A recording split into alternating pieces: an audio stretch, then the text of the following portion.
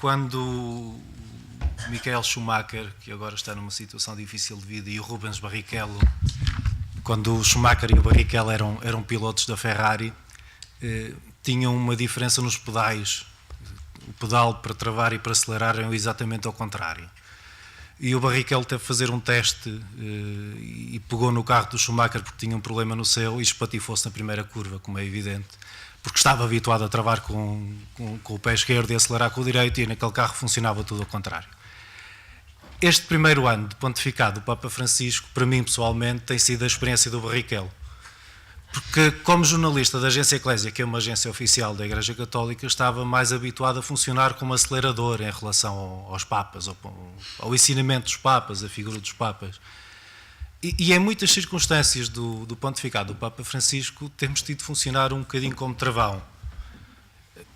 Não no sentido de ser negativa esta euforia que está a rodear a figura do Papa, este estado de graça, se assim quisermos dizer, mas para dar um exemplo concreto, porque é fácil ter um miúdo que se vestiu de Papa e foi à Praça de São Pedro e ter 1 minuto e meio de reportagem no telejornal a falar do miúdo, mas a minha missão continua a ser dizer apresentar às pessoas o que é que o Papa disse na audiência geral. E portanto, desse ponto de vista, tenho que travar um bocado essa euforia e essa febre mediática e continuar centrado naquilo que é o meu papel. E tal como foi aqui dito, o Papa não está a gerir uma multinacional. Quero fazer uma coisa muito mais importante que me parece impressionante. Porque talvez quando foi eleito o Cardeal Bergoglio, alguns achassem que ia ser escolhido um gestor para mudar a Cúria Romana. E aquilo que o Papa mostrou neste primeiro ano é que quer mudar o mundo. E quer mudar o mundo a partir de uma metodologia, aquela que eu identifico, que me parece muito, muito simples. Quer sempre partir do local para o global. Dou como exemplo as viagens na Itália, em que cada espaço, cada destino é escolhido a dedo para simbolizar uma realidade global, da imigração, da crise económica, da pobreza, em que cada gesto, cada palavra que é dita naquele local desafia a comunidade católica no seu conjunto a tornar aquele gesto e aquela palavra para que tenham um impacto global. O Papa, sim, é de facto um Papa em estado de graça, pelo menos na maior parte dos casos. A verdade é que o seu discurso, a sua proximidade, a sua simplicidade mostra que não está interessado em reforçar aquilo que designaria o poder institucional da Igreja, mas está muito interessado em reafirmar o seu papel regenerador da humanidade. E eu não sei até que ponto é que isto é assim tão imediatamente traduzível, porque, para explicar rapidamente, há, por exemplo, um conceito teológico central que é a misericórdia, já se falou aqui dele, penso que vamos vê-lo muito desenvolvido na canonização do Papa João Paulo II, mas é um conceito um bocado mais restrito. Como é que isto se traduz em discursos? A questão com o Papa Francisco é simples, é que essa misericórdia é visível em muitos gestos, em dezenas de fotos ao longo deste pontificado, nos abraços aos doentes, às crianças, nos seus apelos aos parcos, para a maneira como eles têm de confessar, na discussão que abre na Igreja para situações matrimoniais difíceis. Ou seja, a misericórdia é um conceito teológico central, mas não é só um conceito teológico, é um conceito de vida. E desse ponto de vista, até mediaticamente, é mais apreensível. Eu tenho de reforçar aqui o meu papel de travão para lembrar que, efetivamente, o estado de graça do Papa Francisco tem representado para algumas pessoas um estado de choque. Porque, para alguns católicos, um Papa não se comporta assim, ponto final. E para algumas pessoas que nunca vão gostar de Papa nenhum, ponto final também, este sucesso mediático de Francisco é um grande incómodo.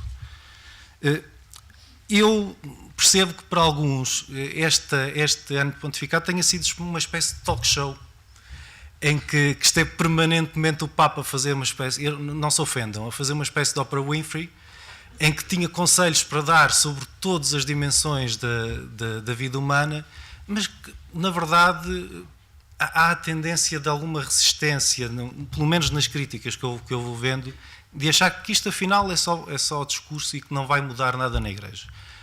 Não é essa a convicção que eu tenho, não é essa a convicção generalizada que as pessoas que acompanham o pontificado do Papa Francisco têm.